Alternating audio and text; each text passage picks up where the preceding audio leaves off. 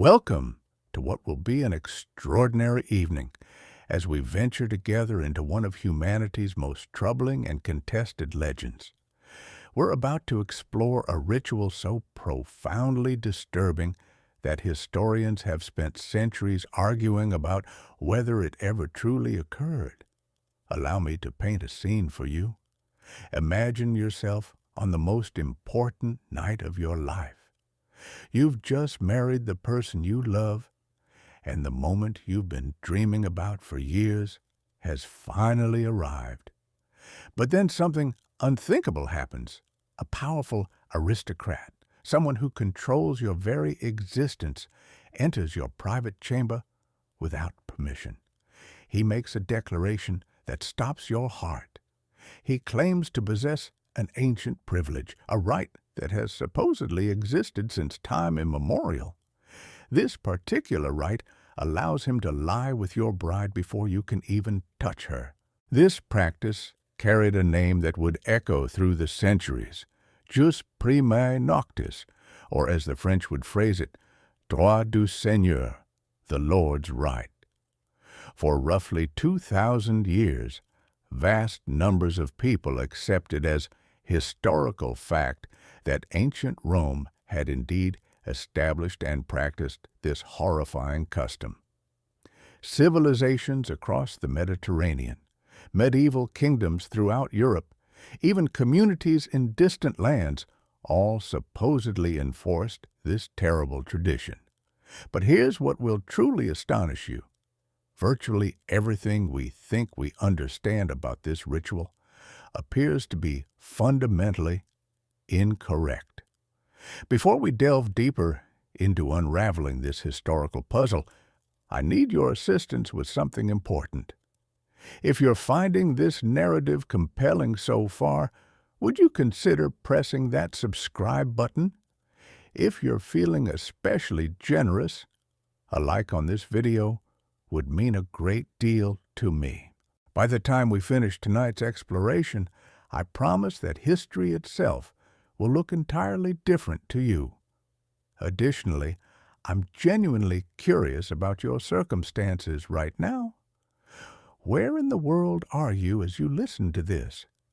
Are you lying beneath your covers somewhere in the heart of Texas? Perhaps you're sitting in a cozy London cafe with a steaming cup of tea. Maybe you're in your car during a commute or in your home office late at night. I'd genuinely love to know where you're located and what time it is in your part of the world. Drop a comment and tell me. I truly value hearing from my audience. Your perspectives matter to me. Now then, let's set the right atmosphere for this journey. Dim the lights in your space, find a comfortable position, perhaps grab a blanket. If you want to, turn on some soft background noise, white noise, ambient sounds, whatever helps you relax.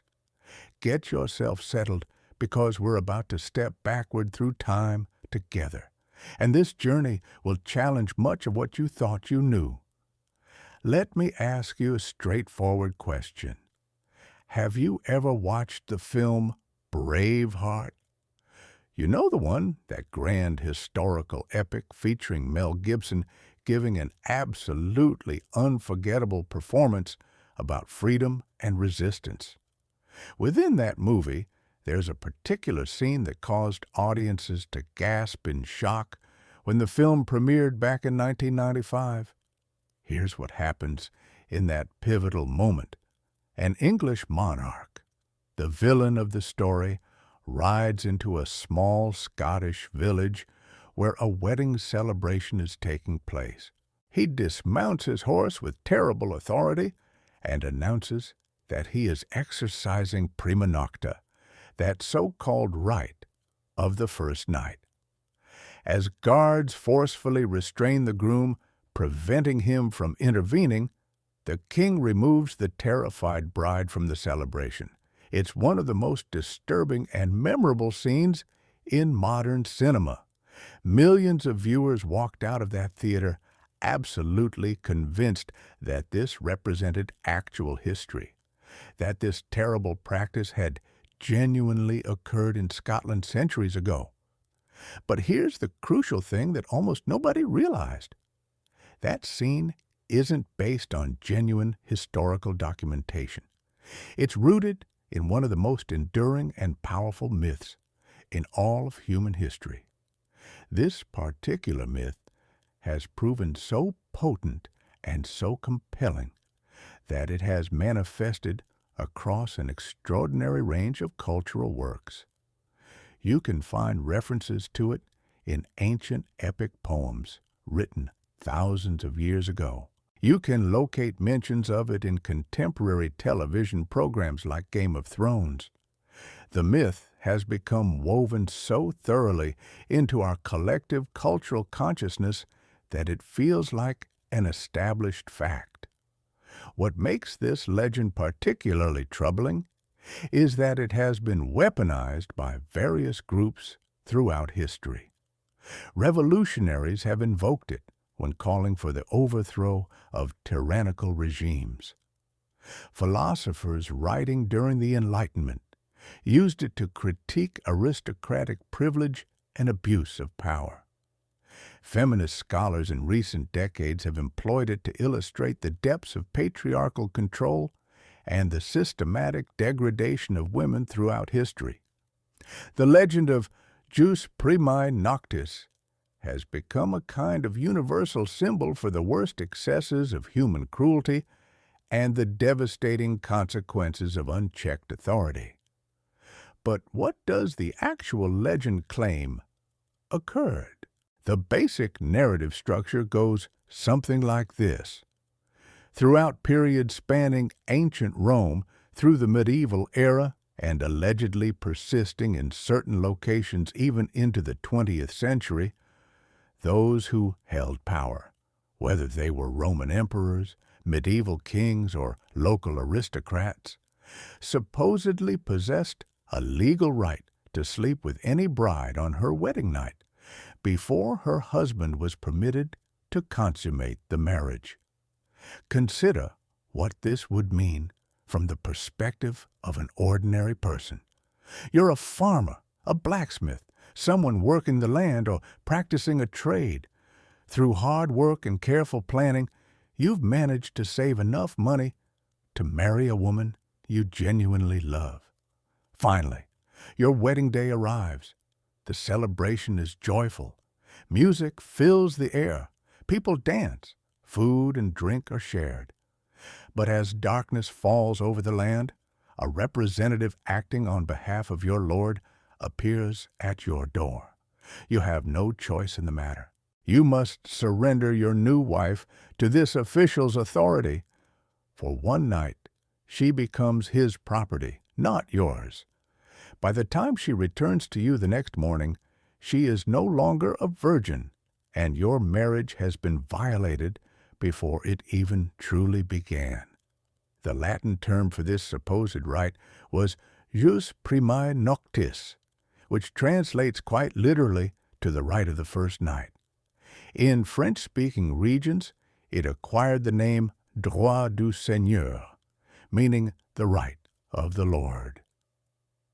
According to the widespread historical narrative that developed over centuries, this practice supposedly stretched backward all the way to ancient Rome, continued uninterrupted through the medieval period, and supposedly persisted in certain isolated locations as recently as the 20th century. If you're experiencing discomfort reading this, that's exactly the response you should have. This legend touches upon some of the darkest aspects of human nature and human society.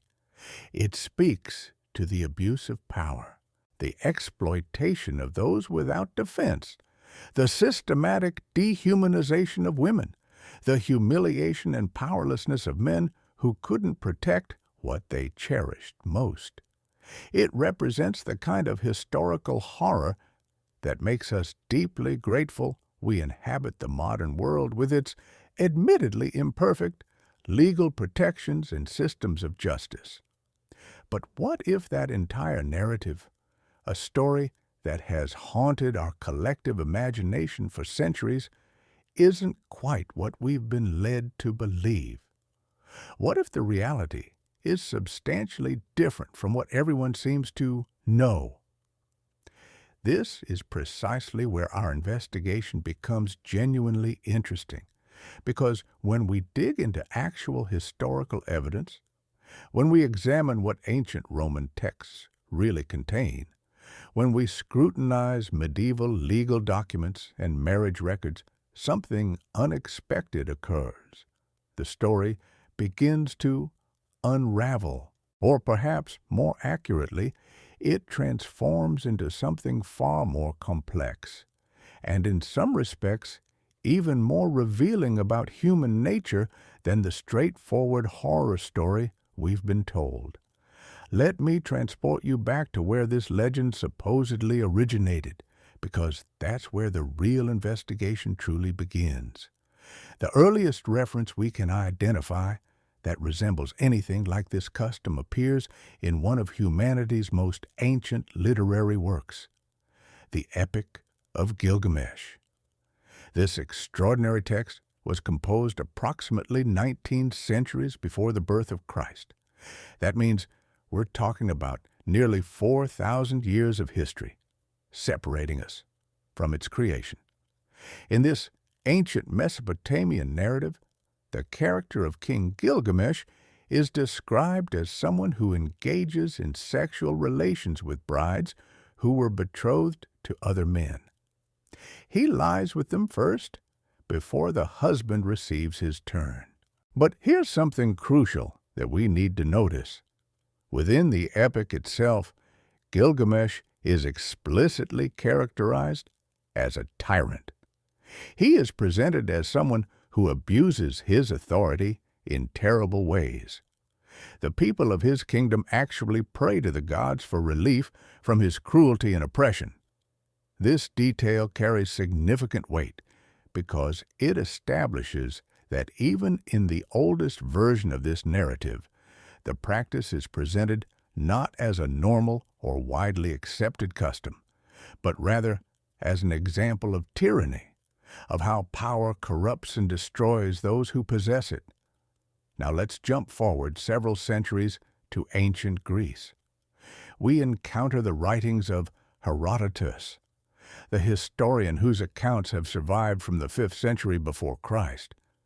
Herodotus mentions a ruler in Libya who supposedly demanded that all young women who wished to marry had to meet with him first. If he found them attractive, he would, in the delicate language of the ancient text, deflower them before they could marry the men they had chosen.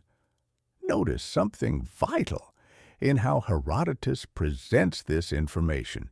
He treats it as something unusual, something noteworthy enough to record and transmit to future generations. He isn't describing an ordinary or widespread practice across the Roman world. He's calling attention to one particular tyrant in one distant location who committed something shocking. This is a crucial distinction. If everyone had been practicing something like this, if it had been a normal feature of ancient Mediterranean life, why would Herodotus even bother mentioning it? We typically don't write about things that everyone already does routinely.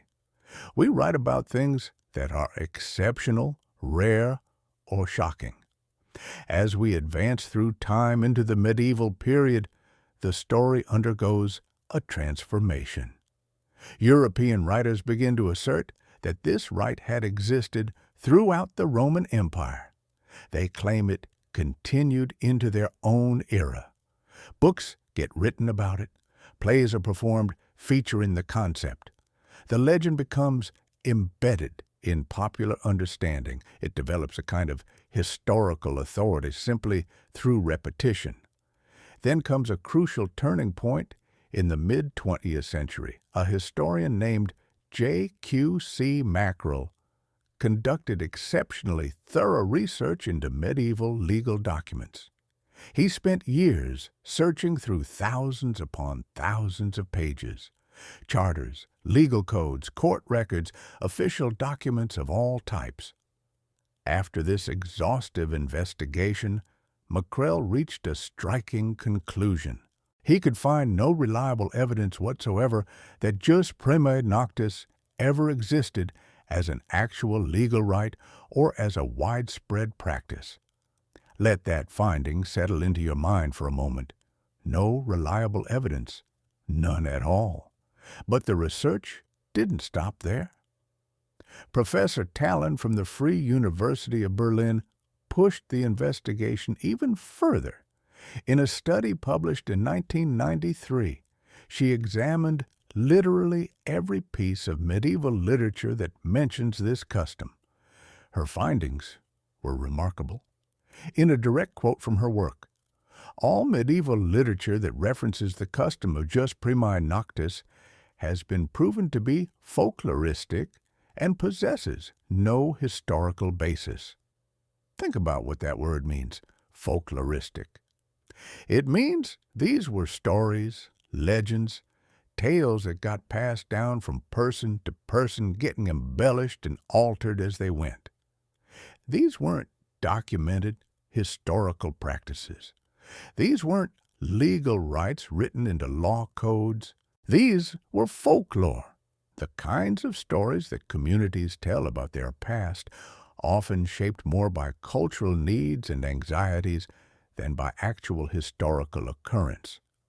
So we arrive at a profound paradox. If this never really happened, then why does the legend exist in the first place? Why has it persisted so powerfully for literally thousands of years? Why do we find references to it across so many different cultures and spanning such vast stretches of time? This question transforms our investigation from a simple historical quest into something much deeper and more meaningful. It becomes an exploration of power dynamics, fear, cultural narratives, propaganda, and how societies construct their understanding of the past to serve their present needs. Consider this perspective for a moment. Imagine you're a peasant farmer in medieval Europe. You genuinely have no power to speak of. You're essentially the property of your local lord. You work his land, you pay him taxes. You're required to serve in his army when he calls upon you. Your entire existence is controlled by someone who possesses absolute authority over you. Now imagine that this same lord also claims the right to take your wife on your wedding night, to lie with her before you're permitted to consummate your own marriage. What does that do to your psychological state? What does it communicate about your place in the social hierarchy? It sends a clear, devastating message. You own nothing, not your labor, not your land, not even your most intimate relationships. Every aspect of your existence belongs ultimately to your Lord. But here's where the analysis becomes genuinely interesting. What if that Lord never actually exercised that supposed right? What if the mere threat of it, the symbolic possibility of it, was sufficient? What if simply claiming the right to do something, even without ever actually doing it, functioned as a tool of psychological control? What if the possibility alone was designed to remind you constantly of your powerlessness and your subordinate position within society? This is what many contemporary historians now believe actually occurred. Rather than widespread systematic sexual abuse of brides, what probably happened was something different, but still deeply troubling. Symbolic rituals designed specifically to humiliate and assert dominance. These weren't primarily about sexual gratification. They were about power displays, about reminding the lower classes who held control over their lives, about maintaining the social hierarchy through psychological means. For example, scholars have documented cases in medieval Switzerland where lords did indeed require peasants to pay a fee on their wedding night.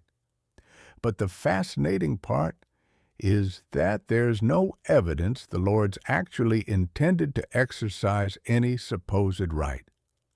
The real purpose was extracting money and asserting authority. The payment itself was the control mechanism. In other documented cases, lords would perform symbolic acts that mimic sexual possession without actually consummating anything. A lord might place his leg on the marriage bed while fully clothed as the bride entered the chamber, or he might demand a ceremonial kiss. These weren't sexual acts in any real sense. They were performance pieces, power displays, humiliating reminders of who held control and who was subordinate. Does this make such behavior acceptable? Absolutely not.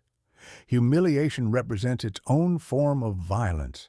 Economic exploitation causes genuine harm. But the distinction matters enormously, because understanding what actually happened helps us understand how power works and how it maintains itself. When we understand that control can be exercised through threat and ritual rather than always through direct action, we gain insight into how oppressive systems actually function in practice. Now let's examine what genuinely happened in ancient Rome regarding weddings and the wedding night. I promise you, the truth is just as fascinating as any myth, and arguably more interesting when you understand what it reveals about Roman society. Roman weddings were elaborate, complex affairs absolutely filled with rituals that seem quite strange to our modern sensibilities. Some of these rituals were genuinely beautiful. Some reflected superstitious beliefs. And yes, some were deeply unsettling in their own ways. But they weren't what the legend claims occurred. When a Roman girl reached marriageable age, typically around 14 or 15 years old, sometimes even younger at 12, which is deeply troubling to us now even though it was standard practice then, she underwent a series of rituals. These ceremonies were specifically designed to facilitate her transition from one household to another, from the protection of her father's household gods to the protection of her husband's gods. This wasn't a casual event. It was one of the most spiritually significant moments of her life. The night before her wedding would arrive, and she would perform a ritual that was simultaneously beautiful and heartbreaking. She would gather all of her childhood toys, her dolls, her games, the small objects she had played with as a girl. She would then dedicate these items to the household gods, the lares.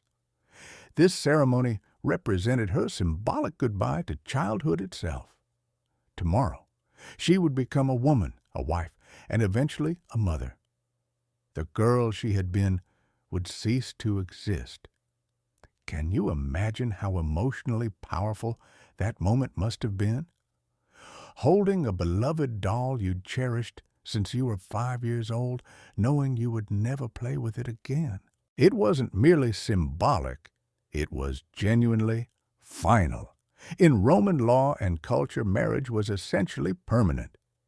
Divorce did technically exist, yes, but it was complicated and carried significant social stigma. For most people, marriage represented a lifelong commitment.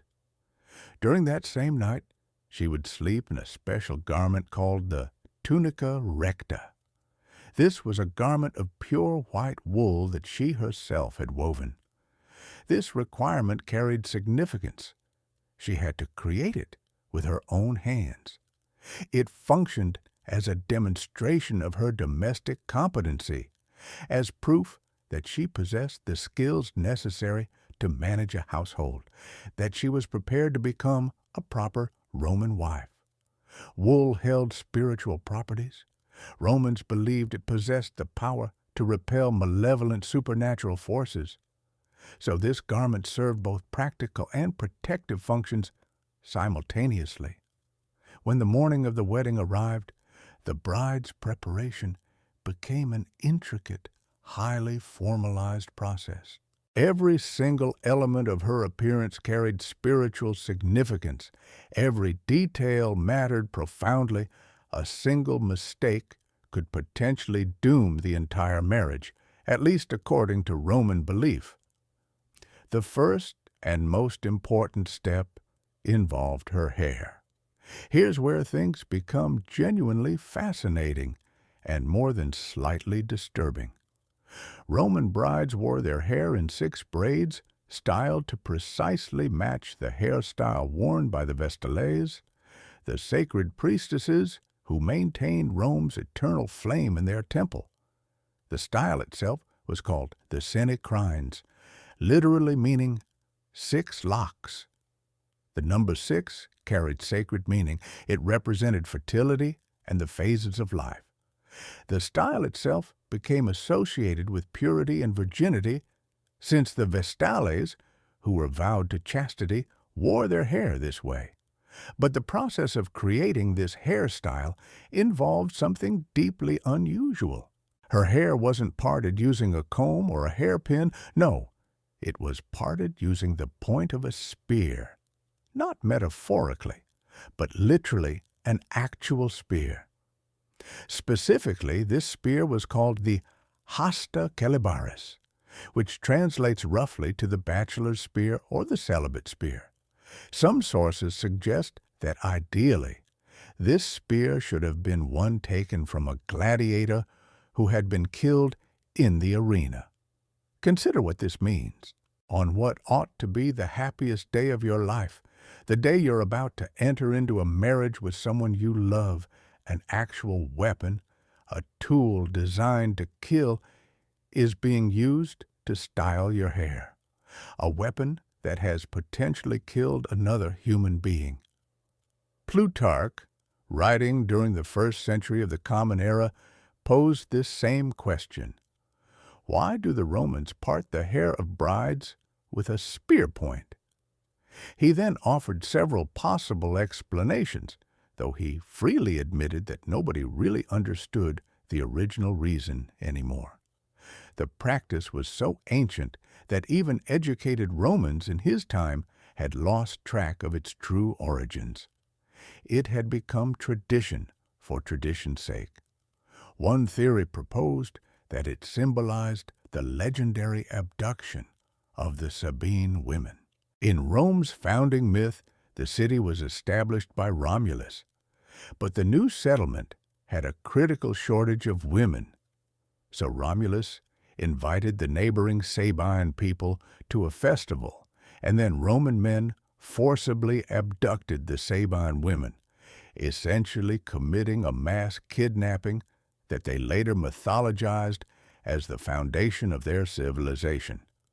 Looked at through this lens, the spear parting the bride's hair might represent that violent origin story. Marriage as conquest, the bride as a captured prize. That's quite a dark interpretation when you think about it. Another proposed explanation suggests that the spear invoked Mars, the god of war. By using his symbol in this way, people were supposedly asking the god to protect the marriage and ensure that strong sons would be born, sons who would grow up to become soldiers and defend Rome.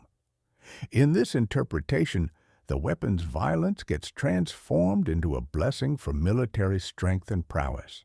But there's a third interpretation that I find particularly compelling.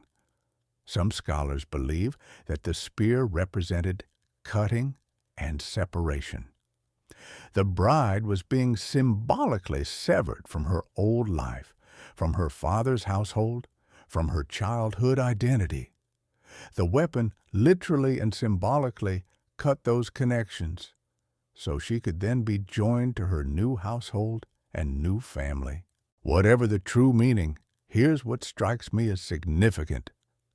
The Romans kept performing this ritual even though they were uncertain about why they continued to do it. Over time, the original meaning had been lost to history.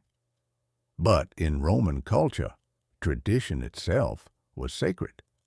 They believed that if they stopped performing ancient rituals, even ones whose original purpose had been forgotten, the gods would withdraw their favor and blessing.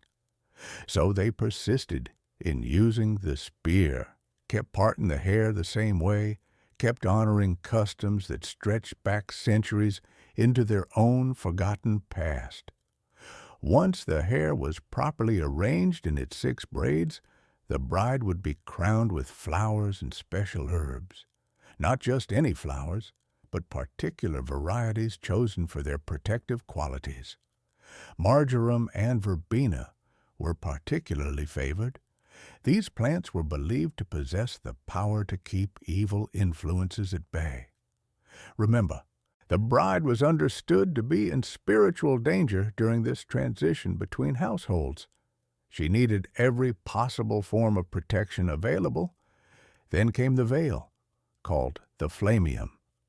This was the bride's most distinctive garment, and it was nothing like the delicate white veils associated with modern weddings. The flamium was bright orange or yellow, the color of flame. The name itself derives from the Latin word for flame. This was an impossible-to-miss declaration of the bride's state. Here comes the bride. She is marked, she is in transition, she exists simultaneously in a state of being sacred and dangerous. Some scholars propose that the bright color was meant to make the bride visible to protective deities, ensuring they would notice her and provide their blessing. Others suggest it was apotropic, a word meaning it was designed to scare away evil spirits, the way bright colors might startle a predatory animal. Still others argue that it represented the hearth fire that the bride would soon be responsible for tending in her new home, the sacred flame that would become her primary responsibility as the mistress of the household. The veil itself covered her face completely. In Roman culture, modesty was crucial for a bride. She was expected to appear reluctant, even afraid. This wasn't supposed to be a time of obvious joy for her. She was being taken from her family, and that should produce grief. If she appeared too happy, too eager to leave her childhood home, people might question her virtue. They might suggest she was immodest, not sufficiently attached to her family, not a proper Roman daughter. So she had to perform a specific role, the shy, modest, reluctant bride, even if her internal emotions didn't match the external performance.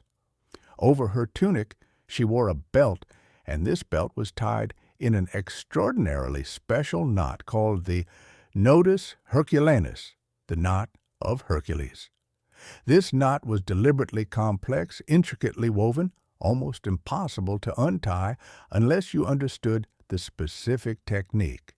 The crucial detail: only the husband was permitted to untie this knot. On the wedding night, in the complete privacy of their bedroom, he would be responsible for undoing it. The symbolism here is transparent and quite striking. The bride was essentially bound, sealed, closed off, and only her husband possessed the right to unbind her, to open her, to access what lay beneath the knot. Her virginity was literally tied up in a knot that symbolized her father's possession of her, and marriage represented the transfer of that control from father to husband. The knot itself was named after Hercules, the legendary hero famous for his extraordinary strength and his potency. He had fathered dozens of children throughout the myths. By invoking his name, the bride and groom were essentially asking for his blessing. May this marriage be fertile. May it produce many children. May the husband have the strength to provide for his family and the virility to ensure his family line continues. But there's an additional layer of meaning here as well. Hercules was particularly renowned for completing supposedly impossible tasks, the famous 12 labors. So perhaps the knot functioned as a test. Could the groom successfully untie it? Could he complete this challenge on his wedding night? It added an element of performance anxiety to an already stressful and intimidating situation. Great, right? As if the wedding night wasn't sufficiently intimidating already. Now we need to discuss the wedding ceremony itself, because what happened before the couple ever reached their bedroom was absolutely crucial to Roman understanding of what marriage meant. In Roman society, marriage wasn't a private contract between two individuals. It was a community event, witnessed and sanctioned by family, friends, and the divine forces themselves. The ceremony typically took place in the bride's father's home, in the central hall called the atrium. Guests would gather, and here's something interesting. While we might expect the bride's father to play the most important role, the most significant figure was actually a woman called the pronuba. This was a married woman who had been married only once and whose husband was still living. She represented marital stability and successful marriage. The pronuba would take hold of the right hands of the bride and groom and join them together. This gesture was called dextrarum iunctio, the joining of right hands. This is where the modern expression of giving your hand in marriage actually originates. The image of the couple's hands clasped together became so iconic that it appears on countless Roman wedding rings and on tomb monuments throughout the empire. It transformed into the central symbol representing marriage itself. But the ceremony involved more than this symbolic joining.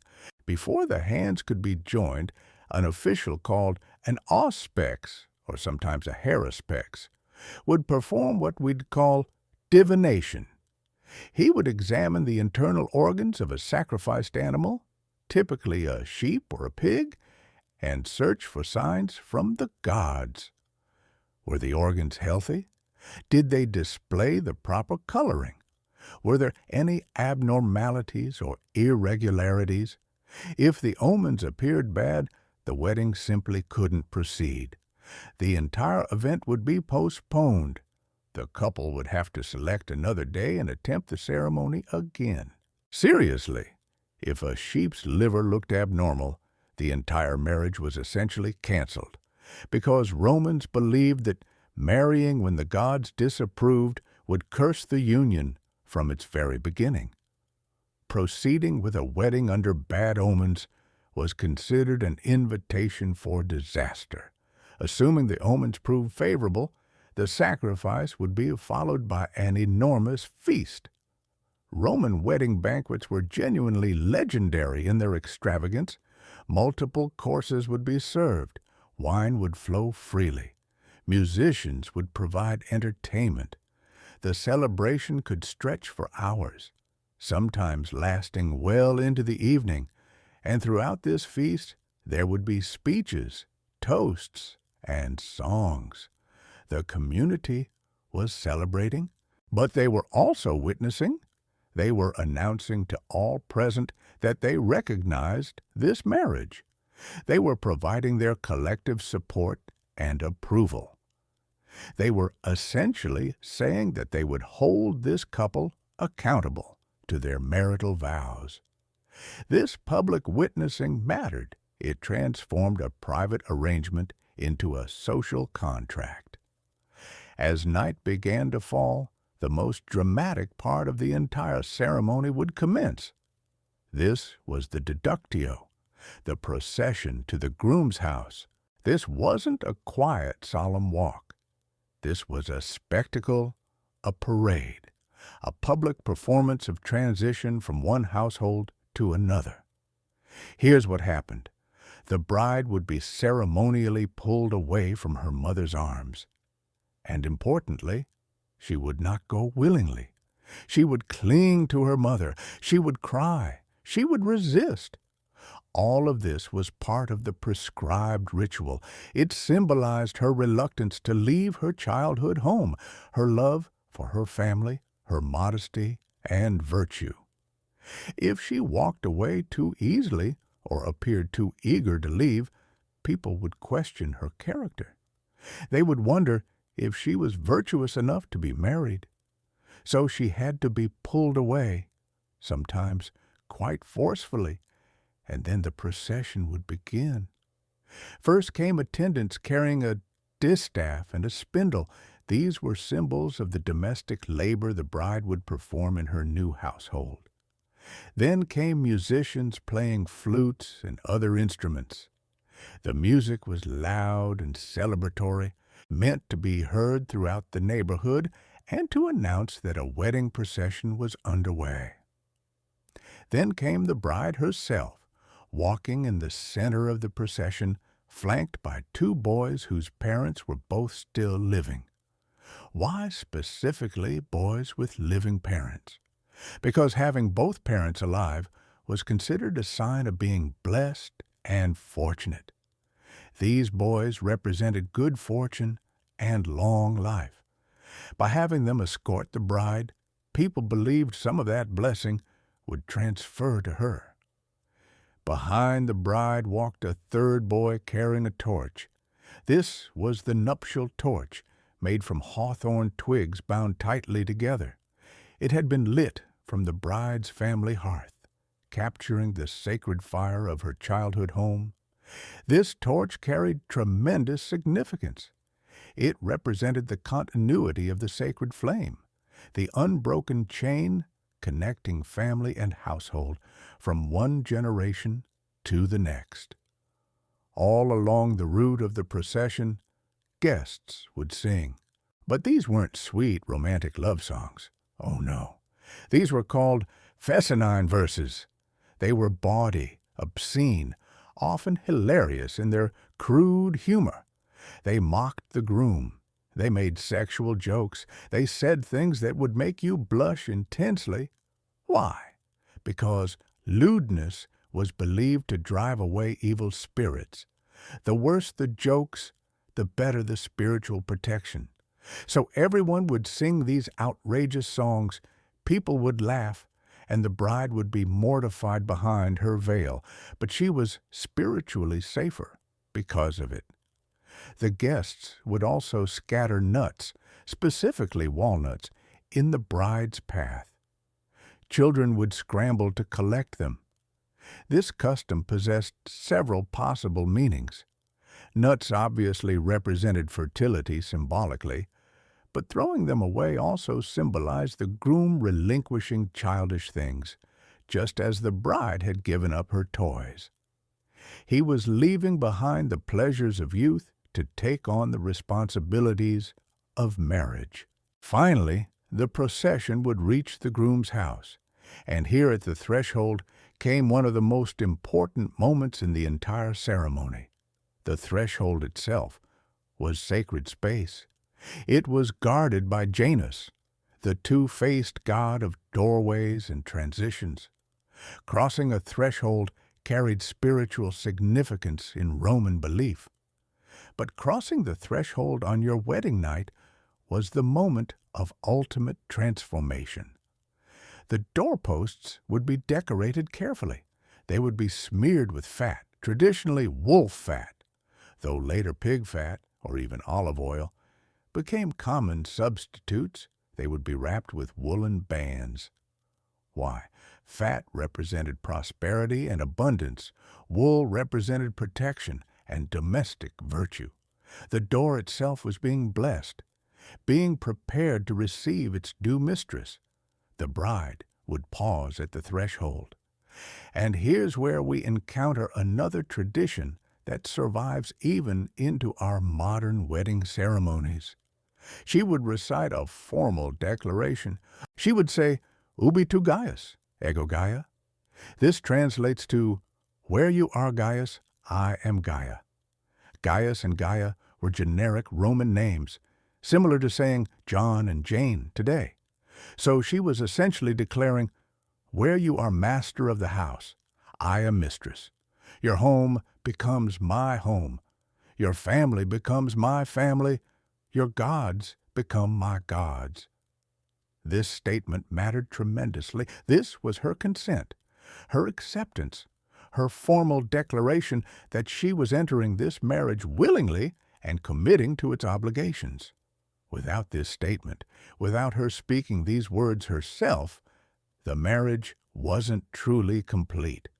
So despite all the symbolism of capture and conquest, despite the ritual of being pulled from her mother's arms, the bride had to provide her own voice to the marriage. She had to claim her place in the household with her own words. That's significant. And then finally, the groom would lift her up and carry her over the threshold, not because it was romantic, as we discussed earlier, but because it was safer. A stumbling bride crossing the threshold meant a doomed marriage according to Roman belief. So he would lift her up and carry her across, setting her down safely inside the house, now protected by her new household gods. Inside, fire and water would be presented to her. These were the two most essential elements of life and household management. Fire for cooking, heating, and sacred rituals. Water for cleaning, drinking, and purification. By accepting these elements, she was accepting her role as the keeper of the household, the one responsible for managing these fundamental aspects of family life. The nuptial torch that had been carried in the procession, carrying the flame from her father's house, would now be used to light the hearth fire in her new home. The flame from her childhood house would kindle the flame in her husband's house. Connection and continuity across the threshold of marriage and time. Then the torch would be ceremonially extinguished and tossed to the guests, who would scramble to catch it. Catching the torch was considered incredibly lucky, much like catching the bouquet at modern weddings. Finally, the public part of the ceremony would conclude. The guests would depart. The doors would close. The couple would be alone together, often for the very first time in their lives, in their bedroom on the wedding night, carrying all the expectations, fears, hopes, and anxieties that such a moment contained. The husband would have to untie that impossibly complex knot. The bride would have to surrender her virginity, which Roman culture valued more highly than almost any other female quality. Everything they had been taught, everything they had been preparing for their entire lives would come down to this single night. But here's what absolutely stands out. There is no record of anyone else being present in that room. No lord exercising some supposed right. No symbolic ritual involving a third party intruding on the marriage bed. Just the couple, the knot of Hercules, and whatever would unfold between them in the privacy of darkness. There's something deeply unsettling about that threshold moment when you truly sit with it, isn't there? The bride standing at the doorway, preparing to cross from one world into another. Everything familiar lay behind her. Her family, her gods, her childhood, her former identity. Everything unknown lay ahead. A new household, a new identity, a man she barely knew, and most terrifyingly, a kind of spiritual vulnerability she had never experienced. Because during that transition, she belonged nowhere and received protection from no one. She had left the protection of her father's household gods, but she hadn't yet been fully accepted by her husband's gods. She existed in what anthropologists call a liminal space, a threshold between two states of being. And in that in-between space, she was exposed to evil spirits, bad luck and all manner of supernatural threats. The Romans had a deep understanding of something that modern psychology has only recently rediscovered. Transitions are dangerous, not just physically, but psychologically and spiritually. When you're changing from one state of being to another, when you're leaving behind an old identity and taking on a new one, you become vulnerable, exposed, open to forces that normally cannot touch you. Think about other liminal moments in life. The moment of birth when a child leaves the safety of the womb. The moment of death when a person leaves the material world. The moment you step from childhood into adulthood. Cultures around the entire world have recognized these transitions as times of power and peril, times when the normal rules don't apply, times when you need extra protection, extra rituals, extra care. For a Roman bride, the wedding night was perhaps the most liminal moment of her entire life. She was permanently leaving the protection of her father's household gods, the penates and lares who had watched over her since birth. Every Roman home had a small shrine to these gods. They were the protective spirits of the family, the ancestors, the sacred guardians of hearth and home. When you lived in a house, you existed under the protection of that house's gods. They knew you. They recognized you as one of their family. They had accepted you. They would warn you of danger, bring you good fortune, and shield you from malevolent spirits. But when you left that house, when you crossed that threshold, you left their sphere of influence. You were on your own. A Roman bride was not just visiting another house for a short time. She was permanently leaving her father's household. She would never again be under the protection of those particular family gods. This is precisely why the ritual at the doorway was so elaborate, why every detail had to be perfect, why one mistake, one misstep could be interpreted as a terrible omen. Without the proper rituals, she could end up stranded in that liminal space, unprotected, vulnerable to every evil spirit, curse, and misfortune, prowling through the darkness. Let me tell you about the specific spiritual dangers that Romans believed threatened a bride during this vulnerable transition. First were the lemurs. These were understood to be restless spirits of the dead, people who hadn't been properly buried or people who held grudges against the living. They wandered the night looking for opportunities to cause harm.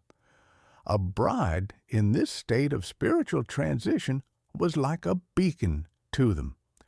Her vulnerability attracted their attention like a light draws insects. Then there were jealous deities. Romans believed in a vast pantheon of gods, and not all of them were friendly. Some were petty, some were vengeful, some were easily offended. If you failed to honor them properly, they would curse you. A wedding was a moment of such intense joy and celebration that it could provoke divine jealousy. The goddess Invidia, the personification of envy itself, was believed to be especially active during weddings, trying to spoil the happiness of the couple and transform joy into sorrow. There were also curses from enemies. If your family had rivals, if your father had wronged someone in business, if any person held a grudge against your household, your wedding was their opportunity for revenge. They could hire a witch to cast a curse. They could perform dark rituals. They could invoke malevolent forces to ruin your marriage before it even began. And finally, there was the evil eye. Romans were absolutely terrified of the evil eye. They believed that jealousy and malice could literally be transmitted through a person's gaze. If someone at your wedding resented your happiness, if they envied your good fortune, their jealous look could curse you. Even if they didn't consciously intend to harm you, their negative emotions could become a spiritual poison, infecting your marriage.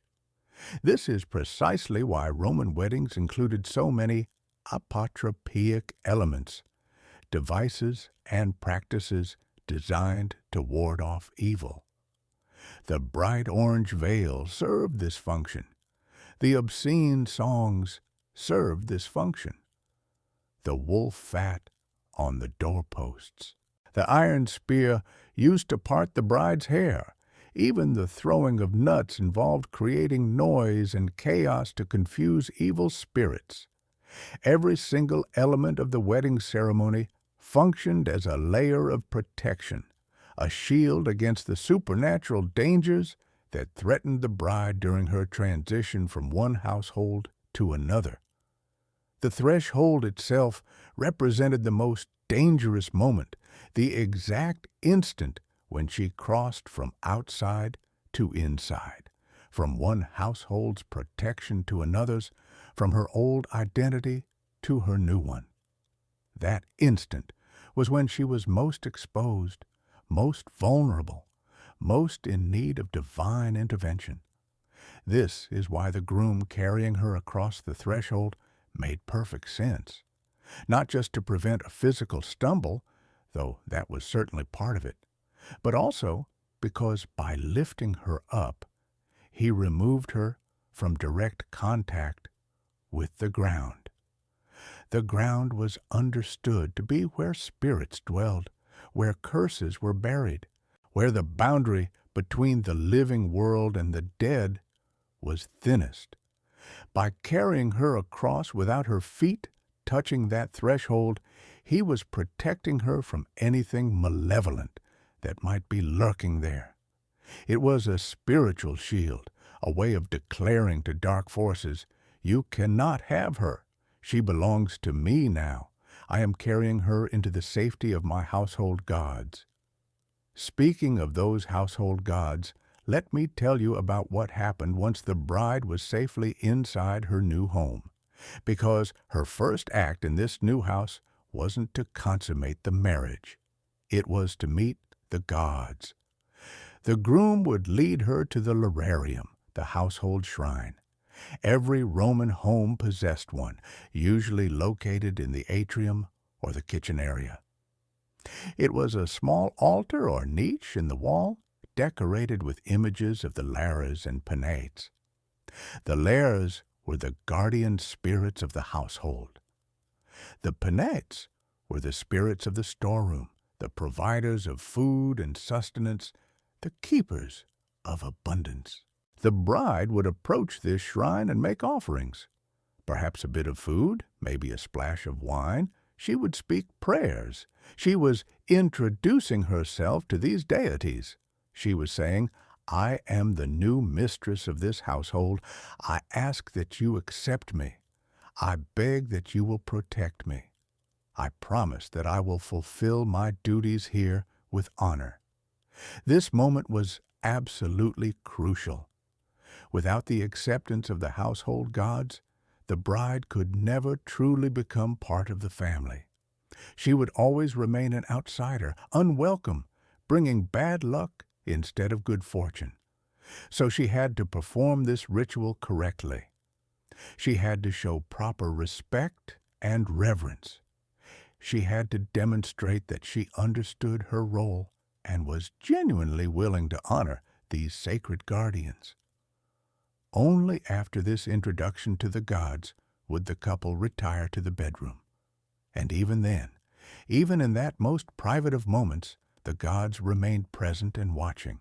The bed itself was placed under the protection of several deities. Juno, the goddess of marriage, was invoked to bless the union. Juno Lucina specifically, that aspect of Juno associated with childbirth, because the purpose of the wedding night was understood to be procreation. There was also Mutunus Tutunus, a fertility god whose name and function I cannot fully explain in a family-friendly presentation, but let's just say he was associated with male potency and the sexual act. Brides would sit on a representation of this god before the wedding night in a ritual that was meant to ensure fertility and facilitate the loss of virginity. And then there was Pax, a goddess whose specific domain was, and I'm putting this as delicately as I can manage, penetration.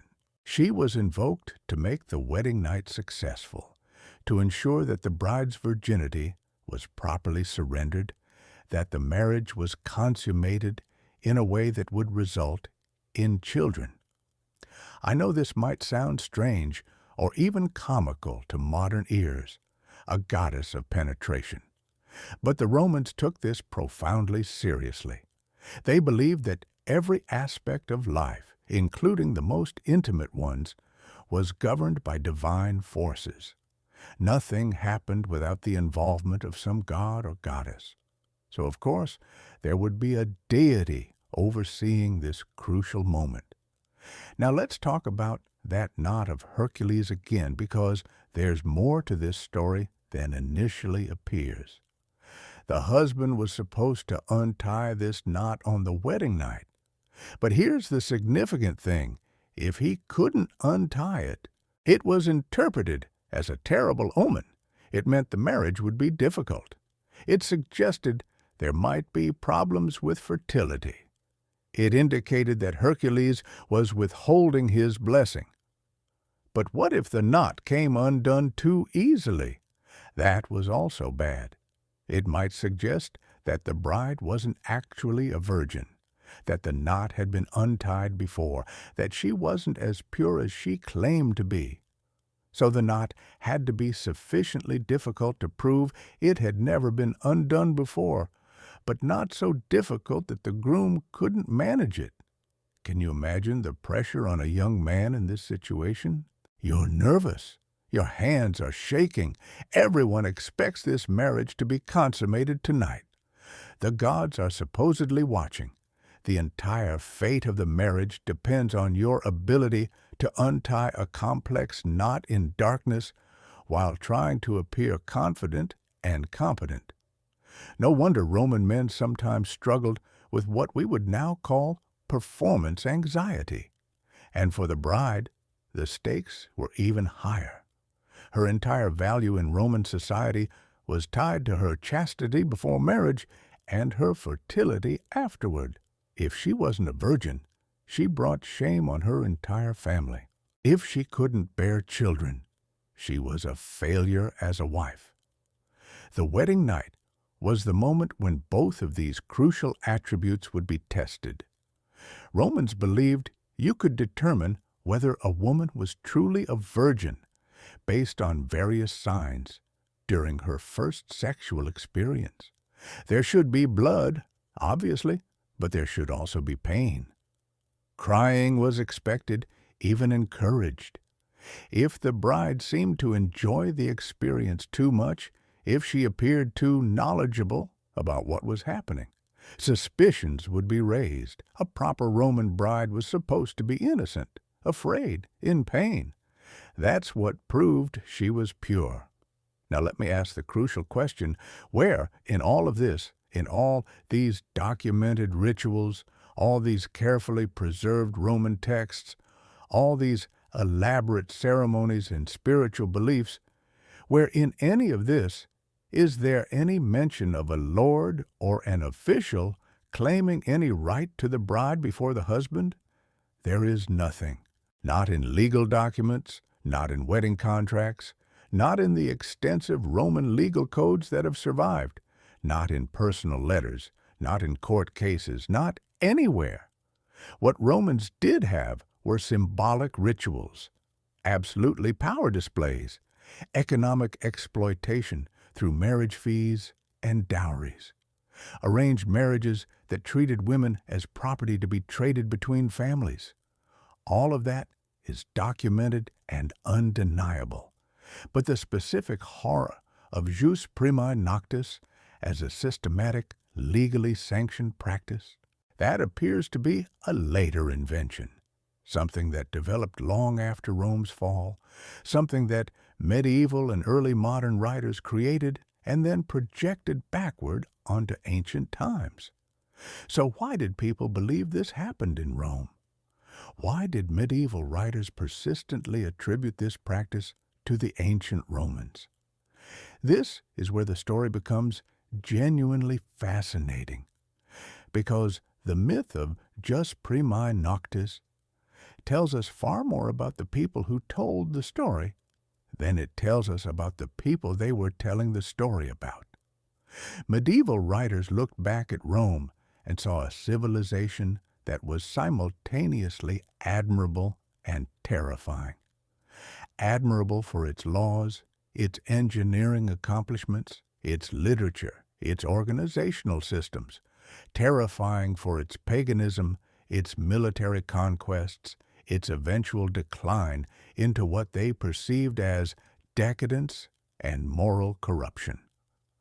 When these medieval writers wanted to critique their own lords, their own feudal system, their own societies, they projected that criticism onto ancient Rome. They said, "Look how barbaric the pagans were. Look what happens when Christian morality doesn't constrain power. This is precisely why we need the church. This is exactly why we need our laws. This is the darkness from which Christian civilization has saved us."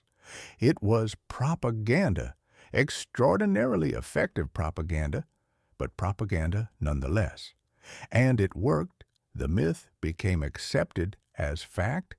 It got repeated so many times in so many different contexts that people stopped questioning whether it had ever really happened. It became one of those things that everyone knows, except it probably never happened the way we imagined it did.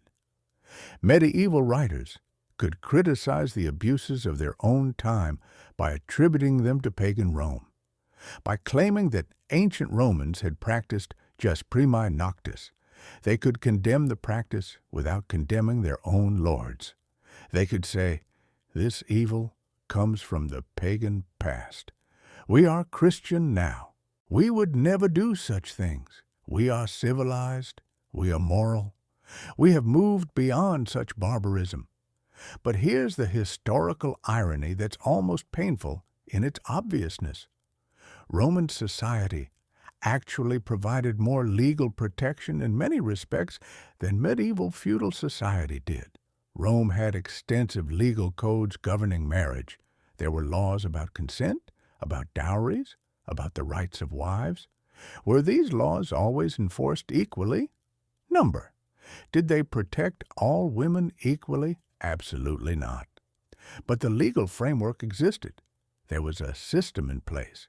In contrast, feudal society was based on personal relationships and local customs.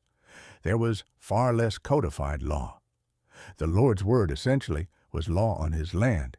If he abused his power, there was often no legal recourse whatsoever. The very structure of feudalism gave local lords more arbitrary power than Roman officials had possessed. So medieval writers were essentially projecting their own society's problems onto Rome. They were saying, "We have this problem of lords abusing power. It must come from somewhere ancient. It must originate in the pagan past because we are Christians. We would never create such a system ourselves." This is classic scapegoating, taking your own faults and projecting them onto an external target, a different culture, a different time period, a different religion. The goal is to say, the problem is not us, the problem is them. We are the victims of their bad influence. The reason Rome made such a perfect scapegoat relates directly to the fall of the Western Roman Empire in 476. That event haunted medieval Europe. Here was the greatest civilization the world had ever known, or so they believed. It had conquered most of the known world. It had built roads, aqueducts, cities. It had created a system of law and government that seemed eternal. And then it fell. barbarian invasions, internal decay, economic collapse, political fragmentation. Within a few generations, most of the learning, technology, and social organization of Rome had disappeared. Europe descended into what we now call the Dark Ages, though historians increasingly dislike that term because it's so oversimplified and dismissive. Medieval people looked back at Rome with a mixture of awe and horror. They lived in the ruins of Roman cities, they used Roman roads, they studied Roman texts, but they also saw themselves as fundamentally different from Rome, better than Rome, because they were Christians and the Romans had been pagans. So they developed a narrative. Rome fell because of its sins, specifically pride, decadence, sexual immorality, cruelty, all the vices that medieval Christianity warned against. Just primae noctis fit perfectly into this narrative. It was sexual. It was about the abuse of power. It represented everything supposedly wrong with pagan society. By claiming Romans had practiced it, medieval writers were accomplishing multiple things simultaneously. They were explaining Rome's fall. They were warning their contemporaries about the dangers of sin and immorality. They were criticizing current abuses by attributing them to pagan influence. And they were positioning Christianity as the solution, the force that had ended such barbaric practices. Except, of course, the practices hadn't ended. If jus primae noctis had ever existed, it certainly existed in medieval Europe in various forms. But by attributing it to Rome, medieval Christians could maintain the comfortable fiction that Christianity had solved the problem even as the problem continued under different names and in different forms. Now, let's actually look at what historians have discovered when they do serious research into this question. Where would you start if you were trying to prove whether jus primae noctis existed in ancient Rome? You'd look for evidence in several places: legal codes, marriage contracts, personal letters, court cases, literary references, gravestones, official records, anything written down that might mention this practice. And here's what is absolutely striking. When historians have done exactly this, searching through literally millions of preserved documents from the Roman period, they have found nothing. Not a single Roman legal code mentions jus primae noctis. Not one marriage contract includes provisions for it. Not one court case addresses a dispute about it. Not one personal letter complains about it. Not one gravestone commemorates a bride who died because of it. Let me put this in perspective for you. The Romans were obsessive record keepers. They wrote down everything. We have tax records from random provinces. We have receipts for buying chickens. We have graffiti from the walls of Pompeii that includes everything from declarations of love to insults about politicians to advertisements for gladiator matches. The Romans left behind an enormous amount of written material, millions and millions of words spread across more than 1,000 years of history. From the founding of Rome in 753 before the Common Era to the fall of the Western Empire in 476 of the Common Era, that's over 1,000 years of documented history. And in all of that material, there is no mention of lords claiming the right to sleep with brides on their wedding night. Does that seem odd to you? If this were a widespread, legally sanctioned practice, wouldn't it appear somewhere in the legal code? Wouldn't somebody write about it?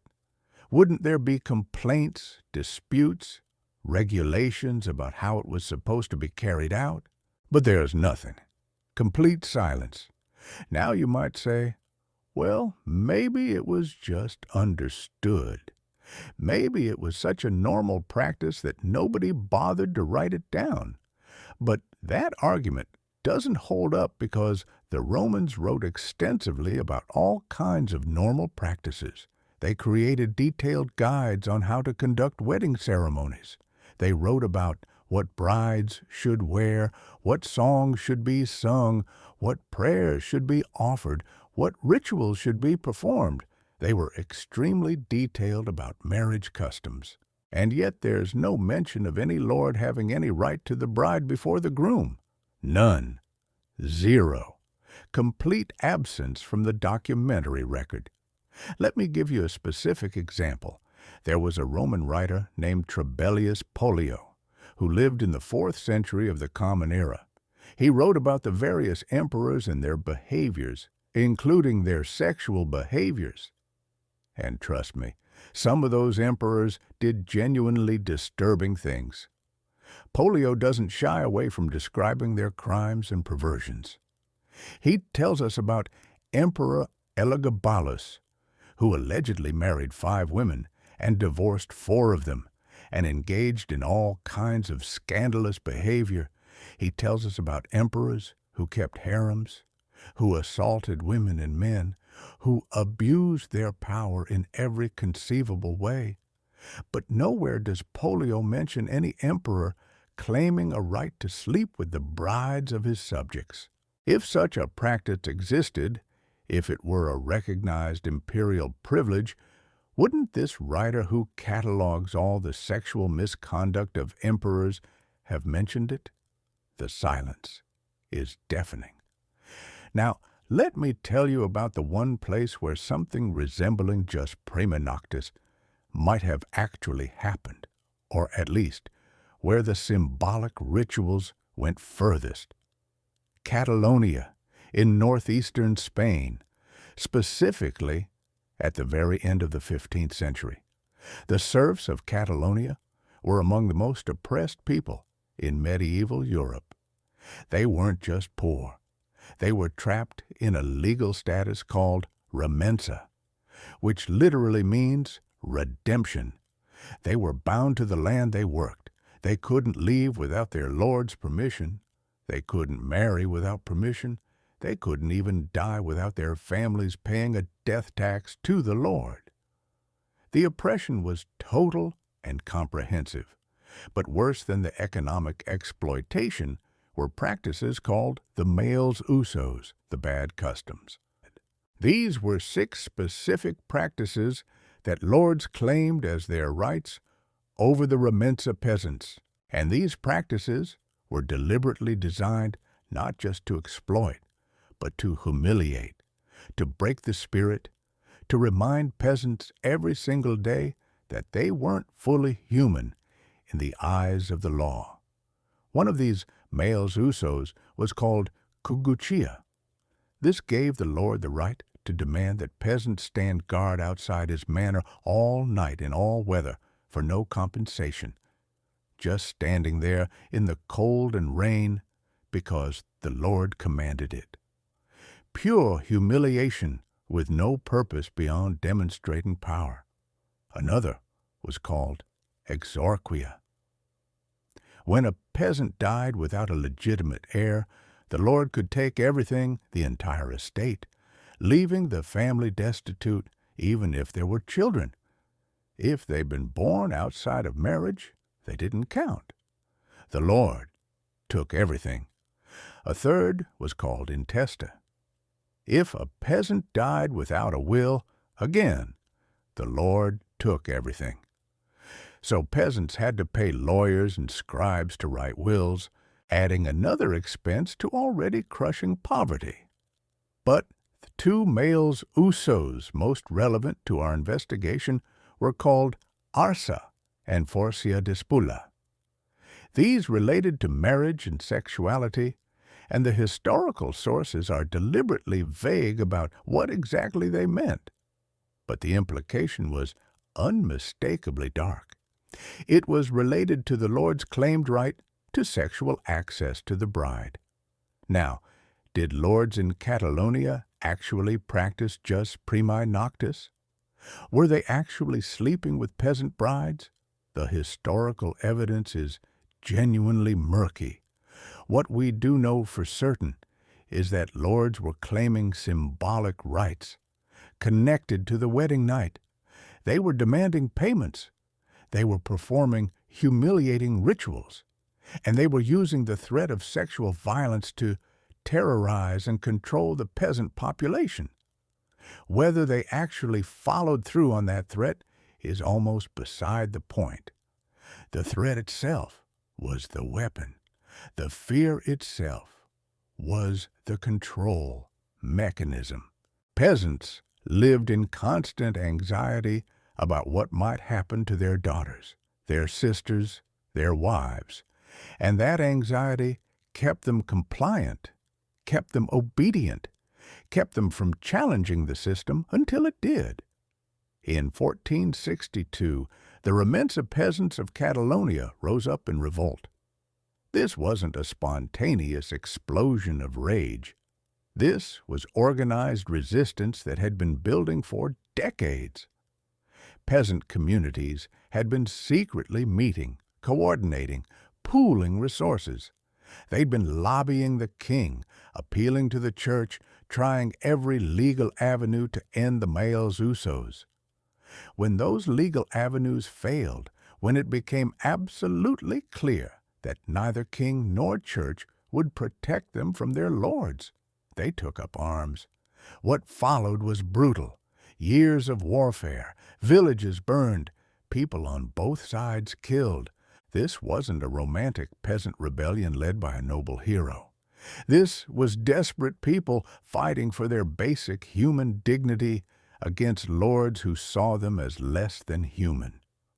The revolt ebbed and flowed for decades. Sometimes the peasants gained ground, sometimes they were crushed, but they never gave up because they were fighting for something more important than money or land. They were fighting for the right to control their own bodies, their own families, their own lives. Finally, in 1486, King Ferdinand II issued the Sentencia Arbitral de Guadalupe. This was a royal decree that abolished the mals usos, all 6 of them, including Forcia de Spula. The peasants had won.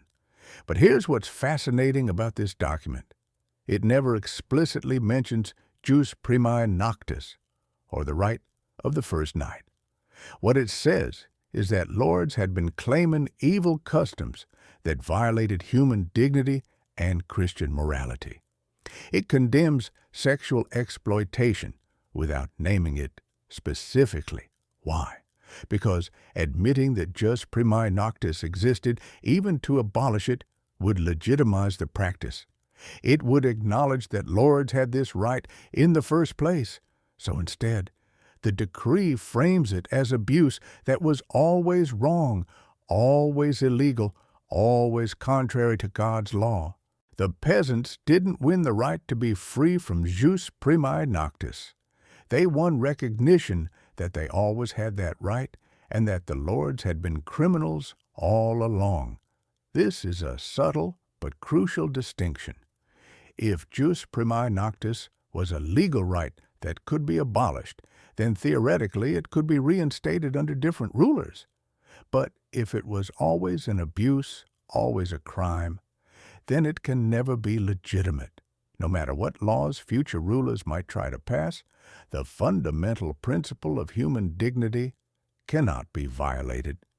The Catalan revolt teaches us something essential about resistance. What fascinates me most about myths is not whether they're true, but why we need them to be true.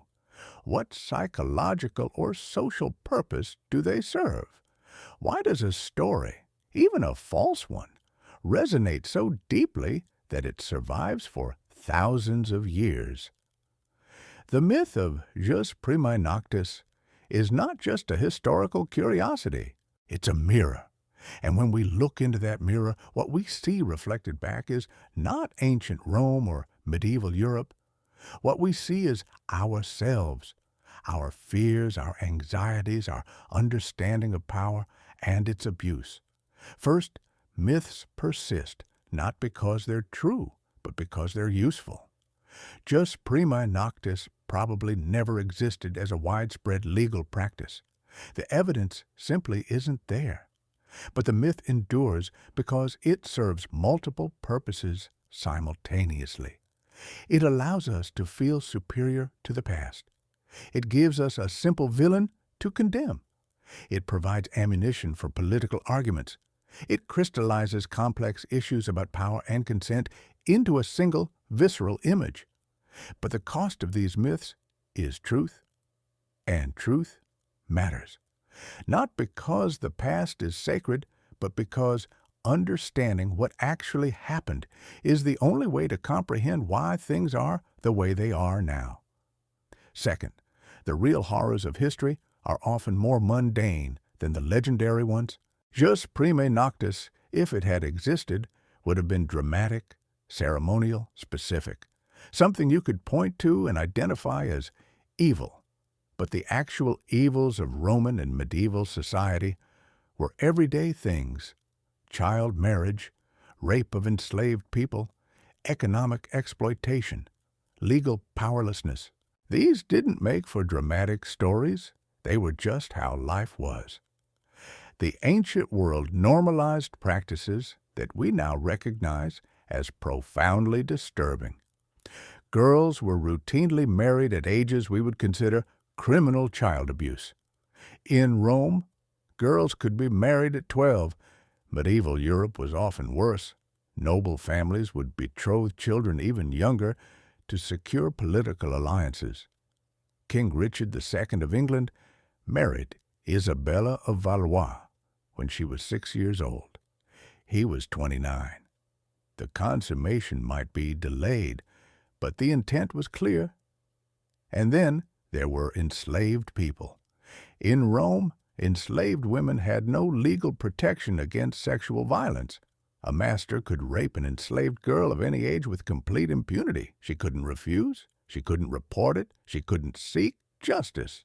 The scale of this is almost incomprehensible. Between 20 and 30% of the Roman population was enslaved. That's millions of people. Millions of women and girls with no bodily autonomy, no legal protection, no recourse against assault. This was documented. It was written about. Roman men casually mentioned their sexual relationships with enslaved people in letters. They joked about it in literature. They referenced it in legal disputes over property. It was completely normalized, not hidden, not shameful, just accepted as how things were. Third, resistance is always possible. Even in the most oppressive systems, people find ways to fight back. Maybe not in grand, heroic ways, maybe not in ways that change everything overnight, but in small acts of defiance, in survival, in helping each other, in preserving knowledge, in saying no when everyone expects you to say yes. There was an enslaved woman named Lucretia who lived in the 2nd century of the Common Era. We know about her because of a legal case preserved in Roman legal opinions. Lucretia was owned by a wealthy merchant. One day, the merchant's son attempted to rape her. She fought him off. She scratched his face badly enough that everyone could see the marks. And then she did something extraordinary. She ran to the local magistrate and filed a complaint. Enslaved people had almost no legal rights. The law said they couldn't be raped because they couldn't withhold consent. But Lucretia argued that she had the right to defend herself against assault, even from her owner's family. She cited obscure legal principles. She found a sympathetic magistrate, and incredibly, she won. The court ruled that while the son had the right to demand her sexual services, he didn't have the right to use excessive force. Fourth, truth is complicated, but it's always worth seeking. It would be easier to just believe the myth of jus primae noctis. It's a cleaner story. with clear villains and clear victims. But reality is messier. What we can say is that powerful men throughout history have abused their power in sexual ways, that this abuse has taken many forms, that societies have been complicit by failing to protect the vulnerable, and that even within these oppressive systems, people resisted and sometimes succeeded in making things better. So where does all this leave us? We've traced a myth through centuries. We've found it everywhere and nowhere. We've discovered that it probably never existed as a systematic, legally sanctioned practice. And yet, its persistence tells us something genuinely important about ourselves. The wedding night ritual that history tried to hide wasn't just prima noctis. It was the ritual of resistance. The quiet, constant, often invisible work of people refusing to be crushed by systems designed to crush them. People finding cracks in oppressive structures. People helping each other.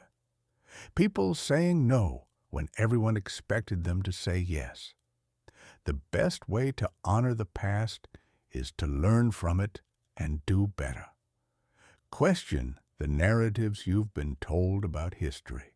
Pay attention to the mundane injustices in your own society. Remember that your actions matter even if they seem small. Tell true stories, and most importantly, believe that change is possible, because it always has been and always will be, as long as there are people willing to fight for it. Thank you for taking this journey with me. Keep learning, keep questioning, keep resisting, keep helping each other, keep refusing to be crushed, and remember, the truth matters.